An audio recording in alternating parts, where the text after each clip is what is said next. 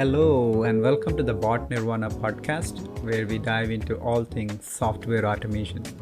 I'm your host, Nandan Mullakra. While I'm not podcasting, I write articles on nandan.info. I hope you enjoyed the show. Let's get right into it.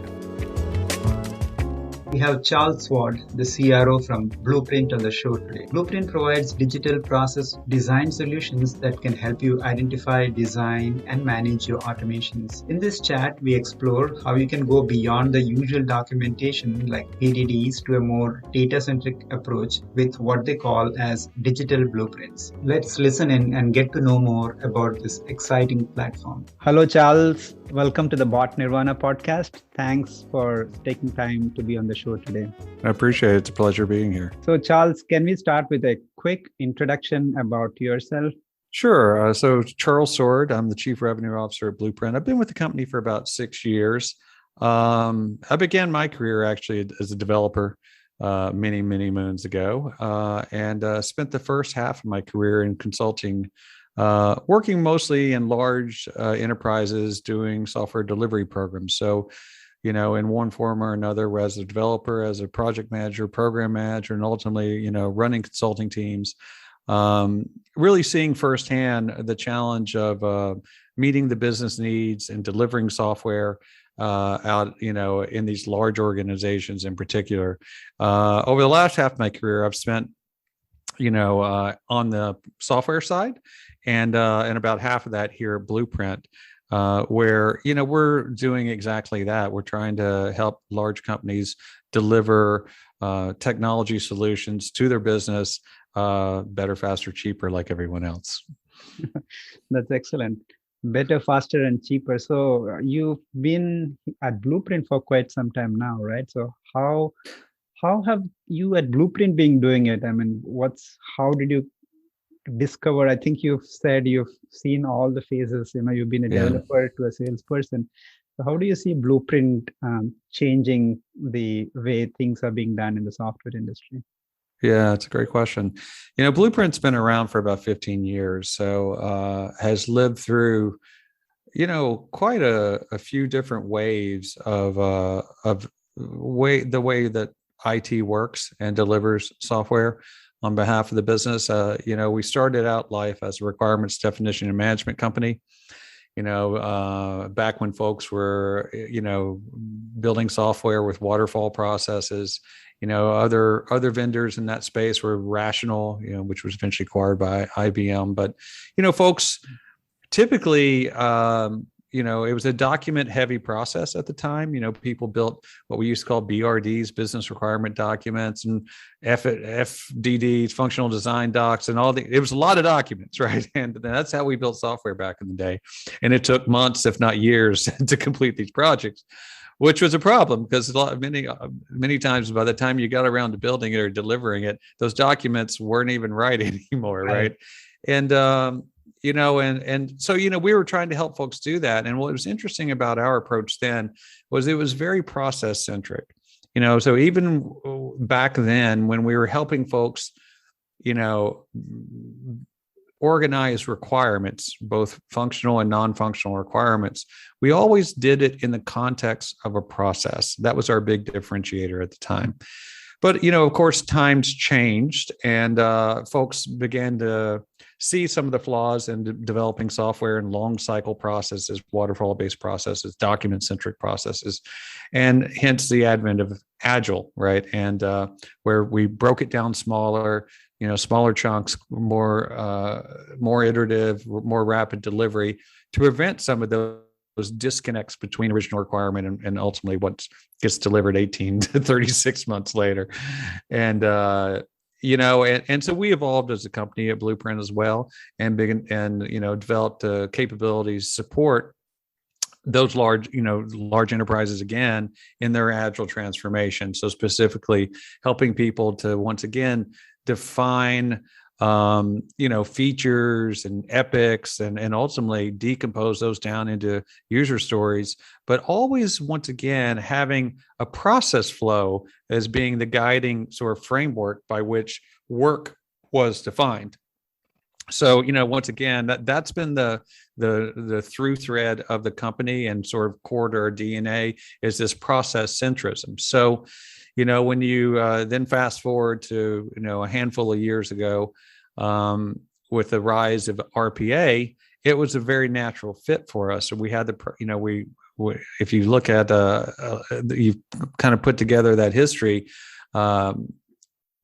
certainly helping folks to define their landscape, their processes. We had many customers who were already using our platform to do that. So when it came time for them to go automate those, it was a natural fit for us, especially because many of the major RPA vendors were advocating, wait for it, a return to documents as a way to do it, right? Which is almost mind-blowing, but here we were like 15 years later, and people were saying build PDDs and SDDs, which was like Back to the Future again for us. And we were like, wait, time out. No, that is not the way to do it. We told people that 15 years ago, and we still mean it today. And, and so that's what we've been doing. We've been, really focused on helping these large organizations to realize there's a more efficient way to deliver automation, but not just automation. The buzzwords today is really digital transformation, which catches a whole lot of change initiatives within these organizations. And that's the focus for Blueprint today, is to help to drive the digital transformation of large enterprises.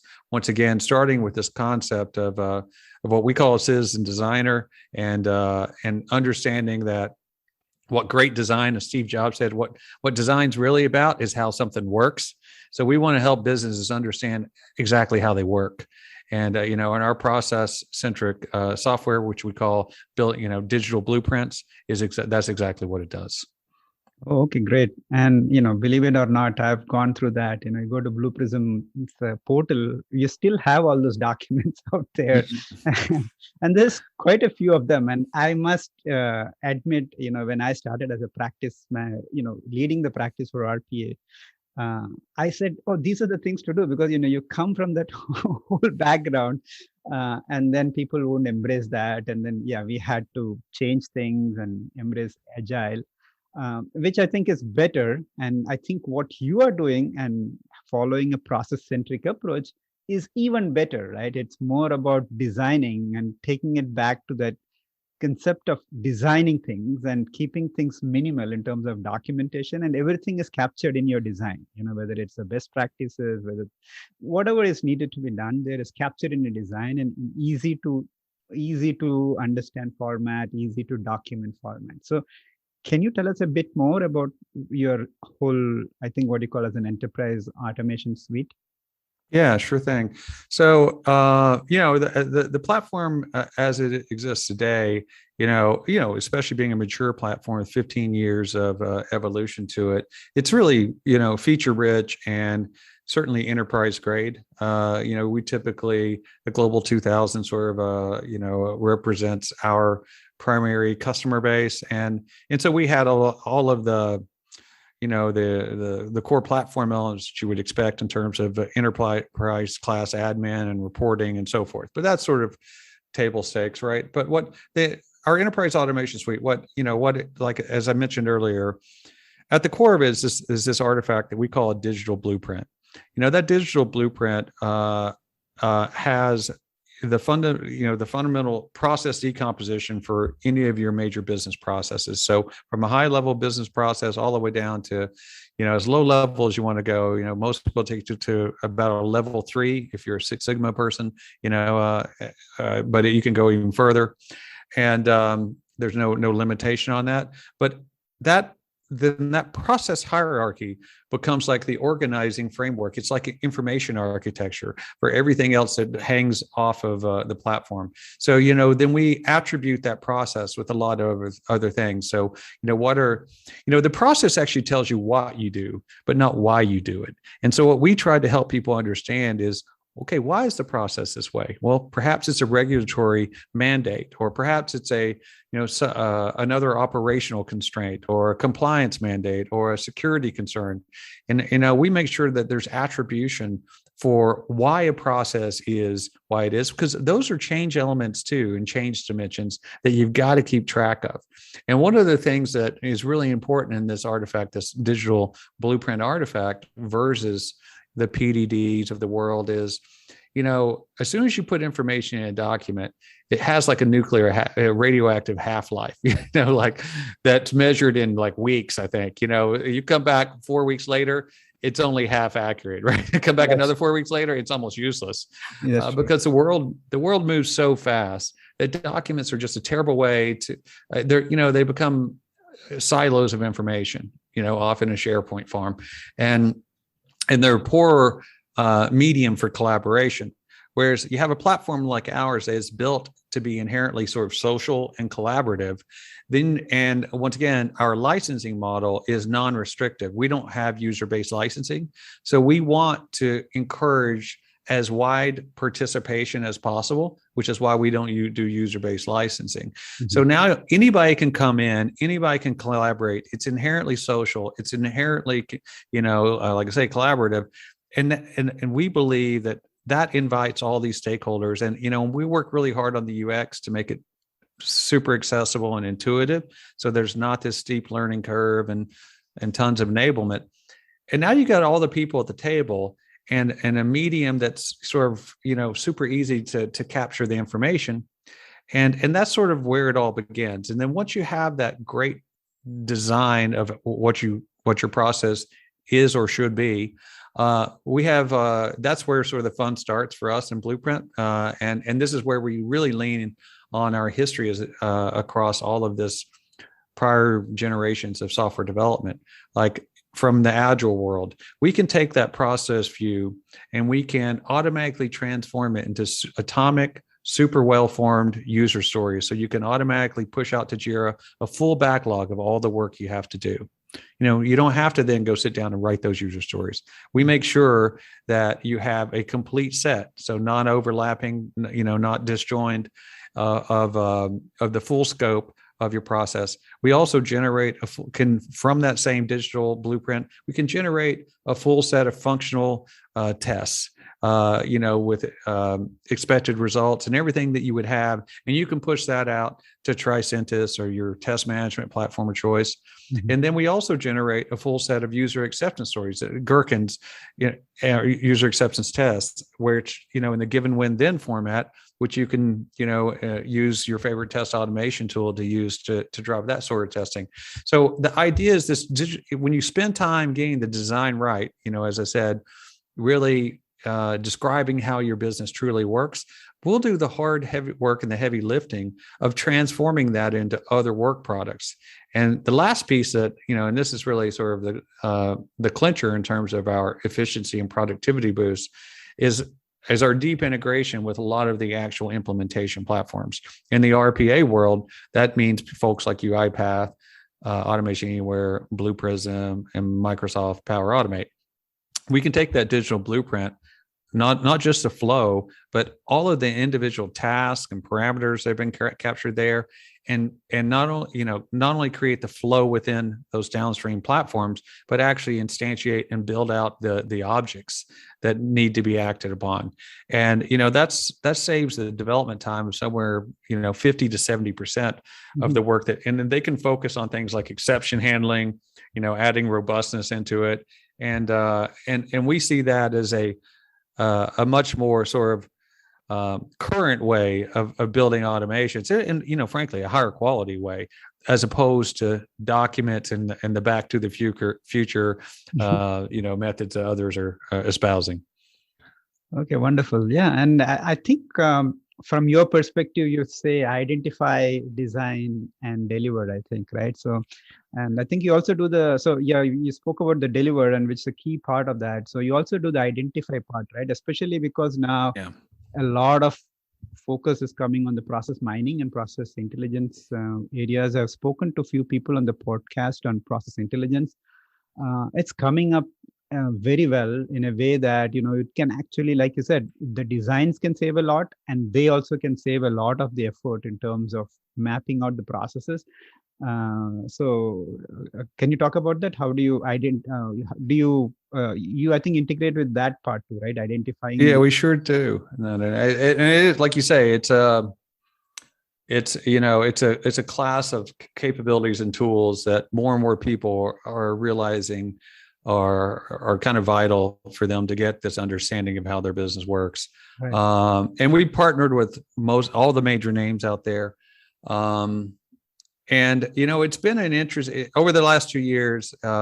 Is when we really built out those partnerships, and it's interesting. What we found is that the combined solution, how the role that Blueprint played is, we would ingest. They would go out. They would put these agents on all the desktops, or tap into all the logs, and pull in all this information, and they would extract tons of data. Really just amazing amount of data around processes and behaviors and activities and tasks. But I guess that's the blessing and the curse, because they had tons of data and no real way to sort of post-process that. And that's what we sort of became. If they were the extraction later, we were the the transform. Like, we were there to try to amplify the signal in the noise of all that data. Right. Because what we saw was, on a good day, these tools were able to get 65% accuracy. And then it needed some massaging by a subject matter expert, what we would call a citizen designer, who really understood what was going on and could figure out, what were the valid paths and what needs to be merged, and so on and so forth.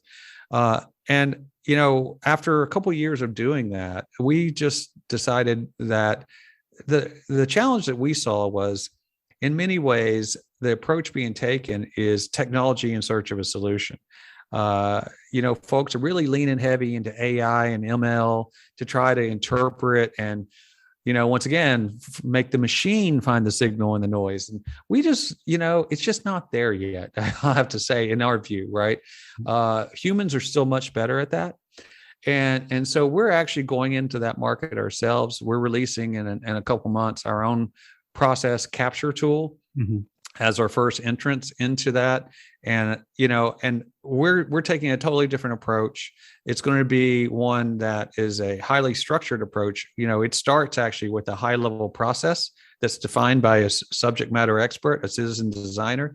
And then that high level process becomes the guiding framework, the structure of all the data that's captured subsequently. So we're not going to try to solve that problem where we just hoover up tons of data and then try to figure out what it means. We think that most people know their processes pretty well, meaning at the high level, they're at least 80% good on that.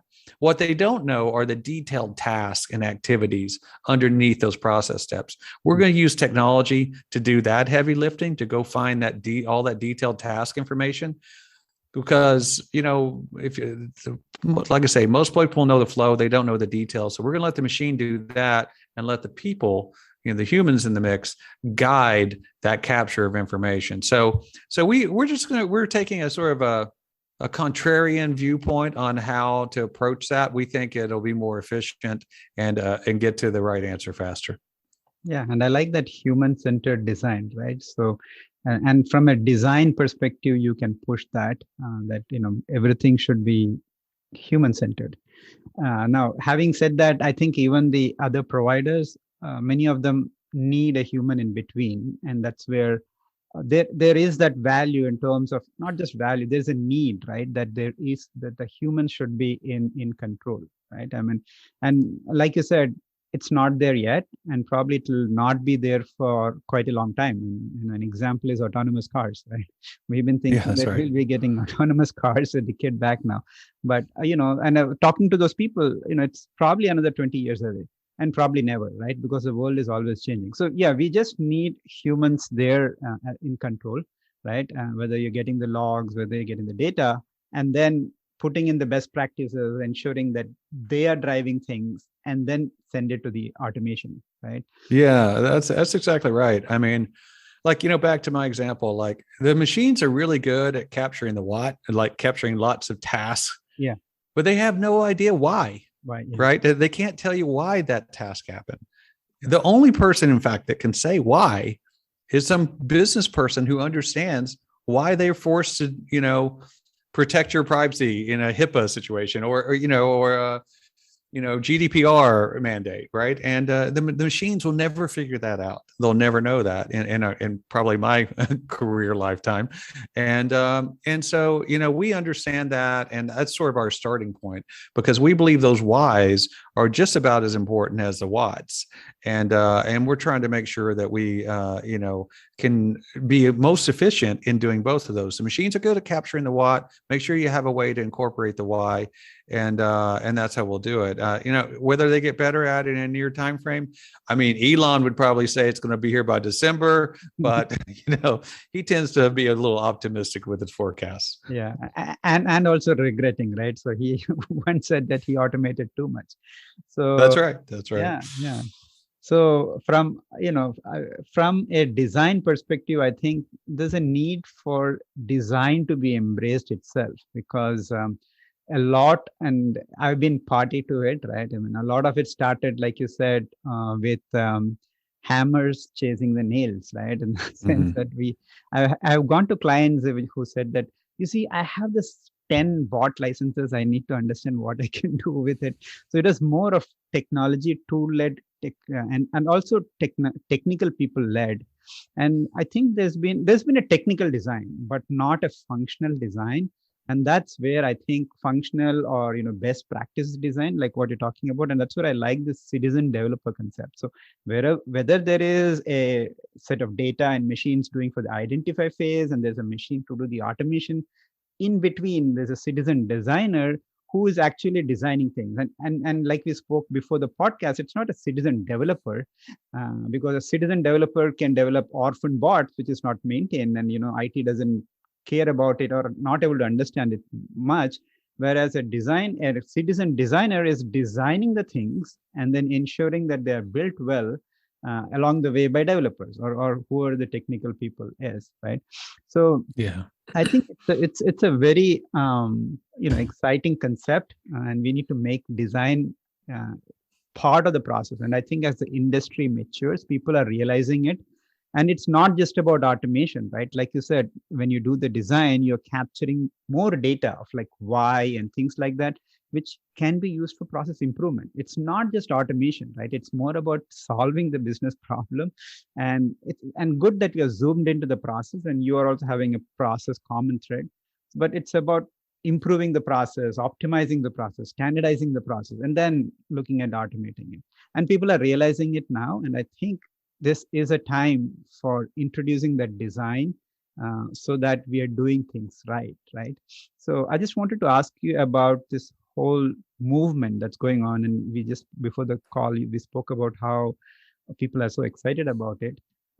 How are you working on standardizing this, right, for the industry? Because I think it has to be embraced by a whole lot of people, so that we have this standardized and this becomes part of the whole process of discovery of processes and automating the process or optimizing the process. Yeah, no, it's something we spend a lot of time on.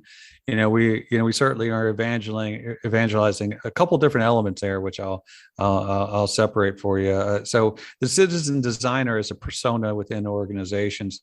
That's not something that's proprietary to us. I mean, we might have kind of coined the term, and we're certainly advancing it and evangelizing it, as I say, with the analysts and out in the broader technology and digital transformation community. And because it's just, as you say, we think design is paramount to building great technology in support of great business outcomes. So that's something we're trying to advance as a concept. Now, we think we have the best tooling to support that persona. I'm not going to be shy about that. But, you can still have citizen designers without using our platform. And that's really great. I mean, we did a webinar earlier on that. And, and it's really not about buying the Blueprint platform. It's about embracing the idea that there's this role in your organization that we call citizen designer, that really fundamentally understands how your business works and can communicate that to folks, that can maintain and represent that and help evolve that over time. And we just think that that's super important. Now, underneath the covers of that, use the word standards a couple times.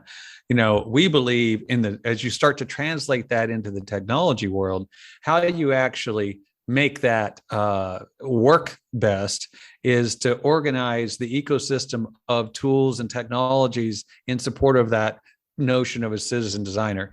And anytime you're trying to get some commonality, interoperability amongst technologies, the backbone of that is standards. And, that's another thing that we're pushing hard for across the industry, working with the RPA, the major RPA vendors, working with the standards bodies themselves to try to create a common language as to how we describe, automations, and even it's an extension to how we define processes today in our view. And there's already a good body of standards around that. We think there's a needed set of extensions to that that would really support the interoperability of a lot of these technologies, whether it be the process mining tools, the capture tools, right, all the way through to the not just the RPA platforms, but jump over to the no-code, low-code tools, and so on and so forth. There's a need for the ability to translate this notion of process design and process capture through to technology implementation. Now, today we talk a lot about that being in the RPA world, but it'll evolve. There'll be a new generation of tool sets and a new set of capabilities. If we have standards at the basis of it, they'll naturally have a place to go to plug in to the rich world of definition that would have occurred, whether it's no code, low code, or future AI driven development or what have you, to immediately be able to leverage the value of all the work that people have done. So that's something we're pushing hard. And really those two concepts, the notion of citizen designer as a persona that every organization should have in its digital transformation efforts. And then supporting that, working across the technology industry to create the notion of RPA standards, which are really an extension of a lot of the business process standards that we already have today. Oh, excellent. Excellent. And I understand you're working with the likes of Microsoft and Avanade and team, right? In making the standards a reality. Yeah, look, I mean, we're fortunate that we've forged a lot of great relationships. We got a lot of folks who are supportive of our unique little point of view in the world. We have a great relationship with Microsoft. The Inspire event's coming up next week, which is their big partner event. We're looking forward to be part of that and part of some of the discussion around that, because we're doing some really exciting things with the Power Automate platform, which is maturing rapidly. I'll tell you, throughout 2020, I could count on one hand the number of times I had discussion. And I talked to hundreds and hundreds of people per year, and as part of my role here at Blueprint, hundreds of companies. And it was a handful of times people asked me about Microsoft and Power Automate. In the first 6 months of this year, I could count on one hand the number of times they didn't ask me about Microsoft. Mm-hmm. It's like a night and day difference. And frankly, that platform is maturing into really an enterprise class super platform. So we're really excited, couldn't be more excited about that work, and directly with Microsoft, and and side by side with that, Avanade, we're working closely with them. We have a global agreement with them as well to leverage our platform and their RPA efforts, in particular, to help customers migrate to Power Automate, because more and more customers are looking at their options and they're deciding they could switch to Microsoft, and Microsoft, and Avanade's helping to execute on that vision. Because one of the things that's unique about the Blueprint platform is due to the fact we have interoperability with every major vendor, mm-hmm. And we can extract we can build a digital blueprint from a running bot. Oh, okay. And vice versa. We can take a digital blueprint and turn it into a bot. Right. Well, it's not too much math to realize we could take a bot from platform A and transfer it to platform B. So one of the things that is really unique about our platform is that, to my knowledge, we're the only platform that has cross-platform portability between all the major vendors. Okay. So, what we see that as is it gives customers choice, right? Because there are some platforms that are good at some things and some that are good at others, and so for folks that want to have a multi-platform environment, they can now have a universal automation design and determine which is the appropriate implementation platform based on the capabilities they need. But they design it the same way every time. The design's not locked into a proprietary implementation standard. And we think that separation of concerns is really important because it sort of keeps your design clean of proprietary extensions and stuff, which allows for portability. And then the other case is when folks, for whatever reason, have decided they've outgrown or are looking to make a switch to a new vendor, we can help just port their entire environment. They're not locked into a relationship with a vendor where it's not meeting their needs anymore. Yeah, and I think that's exciting. As a practice lead for RPA, that would have been a tool that I would love to have. And I'm happy to see that come up, because then tool doesn't become one of the big decisions. It's more about what you want to do with process automation.